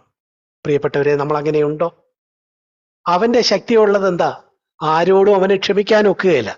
അതിന്റെ നേരെ എതിര് എല്ലാരോടും ക്ഷമിക്കുന്ന ഒരു മനോഭാവം, അതിൽ നമ്മൾ ശക്തിപ്പെടണം. എന്നാൽ നമുക്ക് സാത്താനെ തോൽപ്പിക്കാൻ കഴിയും. നമ്മൾ ഒരാളോട് ക്ഷമിച്ചില്ലെങ്കിൽ അവിടെ വെച്ചിട്ട് പിശാച് നമ്മളെ തോൽപ്പിക്കും. അതുപോലെ തന്നെ അവന് ഫോഷ്കും കോപവും ഒക്കെ പിശാചിന് ഇടം കൊടുക്കുന്ന കാര്യങ്ങളാണ്. നമ്മൾ ഫോഷ്ക് ഉപേക്ഷിച്ചാൽ എല്ലാ തരത്തിലുള്ള ഫോഷ്കും, വാക്കുകളിൽ, അതുപോലെ പെരുമാറ്റത്തിൽ, നമ്മൾ ആളുകൾക്ക് കൊടുക്കുന്ന ഇംപ്രഷനിൽ ഒക്കെയുള്ള ഫോഷ്കുകൾ ഉപേക്ഷിച്ചാൽ, അതുപോലെ കോപം എന്ന് പറയുമ്പോൾ നമ്മൾ പലപ്പോഴും കോപം മാത്രമേ കാണാറുള്ളൂ. പക്ഷെ കോപത്തിന് നമ്മൾ ബൈബിളിൽ നോക്കിയാൽ പലതരത്തിലുള്ള അത് വേഷം മാറി വരും. ഫോഷ്ക് വാക്കിൽ മാത്രമല്ല, നമ്മൾ കൊടുക്കുന്ന ഇംപ്രഷനിലും വേഷം മാറി വരുമെന്ന് പറഞ്ഞതുപോലെ കോപവും എന്ത് ചെയ്യും? കോപവും അത് വേഷം മാറി വരും. ഒരൊറ്റ വാക്യം ഏതായാലും നമ്മളത് പറഞ്ഞല്ലോ. അത് ഇയ്യോബിന്റെ പുസ്തകം 36 നിന്ന് ഈ കാര്യം വ്യക്തമാക്കുന്ന ഒരു വാക്യം നോക്കാം. 36:18 വാക്യം, ഇയ്യോബ് 36:18. അവിടെ കണ്ടോ, കോപം നിന്നെ പരിഹാസത്തിനായി വശീകരിക്കരുത്. വായിച്ചതെന്താ? കോപം നിന്നെ പരിഹാസത്തിനായി വശീകരിക്കരുത്.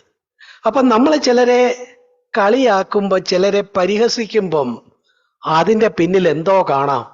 കോപം കാണാം. അവരോടുള്ള വൈരാഗ്യം കൊണ്ടാണ് നമ്മൾ എന്തോ ചെയ്തത്? നമ്മൾ അവരെ പരിഹസിച്ചത്. പരിഹാസത്തിന്റെ ഉറവിടം എവിടായിരുന്നു? കോപമായിരുന്നു. പ്രിയപ്പെട്ടവരെ, അപ്പോൾ കോപം, നമ്മളെ തന്നെ നോക്കിയിട്ട് കോപമോ, എനിക്ക് കോപമൊന്നും ഇല്ലേ എന്ന് വേഗം പറയല്ലേ. ഇതൊക്കെ പലതരത്തിൽ വേഷം മാറി വരാം. ഞാൻ മുമ്പേ പറഞ്ഞ പോലെ ഫോഷ്ക്, ഞാൻ ഒരു തെറ്റും ഒരു കള്ളവും പറഞ്ഞില്ല. പക്ഷെ കള്ളം പറഞ്ഞില്ലെങ്കിലും നീ നിന്റെ പെരുമാറ്റം കൊണ്ടും നിന്റെ ബോഡി ലാംഗ്വേജ് കൊണ്ടും ഒക്കെ കൊടുത്ത ഇംപ്രഷൻ തെറ്റായിരുന്നു എങ്കിൽ അത് ഫോഷ്ക. എന്ന് പറഞ്ഞതുപോലെ നീ കോപിച്ചില്ലായിരിക്കും, പക്ഷേ കളിയാക്കുകയും പരിഹസിക്കുകയും ചെയ്യുമ്പം കോപം തന്നെ വേഷം മാറി വരുന്നതാണ് പരിഹാസം. ഇതിലെല്ലാം ആർക്ക് സ്ട്രെങ്ത് ഉണ്ട്? പിശാചിന്, സാത്താന് ശക്തിയുള്ളതാ. അവിടെ നമ്മൾ വിട്ടിട്ട് സാത്താന് ശക്തിയില്ലാത്ത അവന്റെ ദുർബലമായ ഭാഗം സത്യം, ആ കാര്യത്തിൽ അവൻ ദരിദ്രനാണ്. കോപത്തിന്റെ എതിരായ സത്യസന്ധതയോ സൗമ്യതയോ താഴ്മയോ അതില് അവൻ ദരിദ്രനാണ്. അവിടെ നമ്മൾ ശക്തി കണ്ടെത്തുക. അതുപോലെ ദ്രവ്യാഗ്രഹവും അശുദ്ധിയും വാഗ്വാദവും മൗഢ്യമായ മോഹങ്ങളും ഒക്കെ അവന് താല്പര്യമുള്ള അവന്റെ ശക്തി കേന്ദ്രങ്ങളാണ് എന്ന് നമ്മൾ കണ്ടെത്തി. അങ്ങനെ ഉണ്ടെങ്കിൽ അവയെ വിട്ടൊഴിയുക. മറുവശത്ത് സ്നേഹം, സൗമ്യത, താഴ്മ, ഇങ്ങനെയുള്ള കാര്യങ്ങളെ നമ്മൾ മുറുകെ പിടിച്ചാൽ അത് കേവലം നമ്മളെ കർത്താവിന്റെ സ്വരൂപത്തോട് അനുരൂപപ്പെടുത്തും എന്നുള്ള കാര്യം നമ്മൾ പലപ്പോഴും ചിന്തിച്ചിട്ടുണ്ട്. എന്നാൽ അതിനോട് ചേർന്ന് തന്നെ ഇന്ന് ഈ കാര്യം എടുക്കുക. ഈ ക്ഷമയിലും മറ്റുള്ളവർക്ക് മാപ്പ് കൊടുക്കുന്നതിലും മറ്റുള്ളവരോട് കോപിക്കാതിരിക്കുന്നതിലും ആ കോപം തന്നെ വേഷം മാറി പരിഹാസമായിട്ട് വരുന്നതിലും മൗഢ്യമായ മോഹങ്ങളെ താലോലിക്കാതിരിക്കുന്നതിലും അങ്ങനെ പിശാചിൻ്റെതായ കാര്യങ്ങളെയൊക്കെ തള്ളിക്കളഞ്ഞ് അവനെ കൊണ്ട് കയ്യാളാൻ ഒക്കാത്ത സത്യം, സൗമ്യത, സന്തോഷം, ഈ നിലയിലുള്ള കാര്യങ്ങളെ, സ്നേഹം, താഴ്മ, ഇതിനെയൊക്കെ മുറുകെ പിടിച്ചാൽ നമുക്ക് എന്ത് ചെയ്യാൻ ഒക്കുമെന്നാണ് നമ്മൾ പറഞ്ഞത്? ക്രിസ്തുവിന്റെ സ്വഭാവത്തോട് അനുരൂപപ്പെടുക മാത്രമല്ല, നമുക്ക് പിശാചിനെ തോൽപ്പിക്കാനും കഴിയും. തോൽപ്പിക്കാനുള്ള ഒരു തന്ത്രമാണിത്. യുദ്ധക്കളത്തിൽ നിൽക്കുമ്പോൾ യുദ്ധത്തിൽ ജയിക്കാനുള്ള ഒരു തന്ത്രം നമ്മൾ അറിഞ്ഞിരിക്കണ്ടേ? ഞാൻ ഇന്ന് പറയാൻ ആഗ്രഹിച്ചത്, പ്രിയപ്പെട്ടവരെ, സാത്താനെ ജയിക്കാനുള്ള ഒരു തന്ത്രമാണ് പറഞ്ഞത്. തന്ത്രം എന്താ? അവന്റെ ബലഹീനമായ ഭാഗങ്ങളിൽ നമ്മൾ ശക്തി കണ്ടെത്തുക എന്നൊരു കാര്യമാണ് നമ്മൾ പറഞ്ഞത്.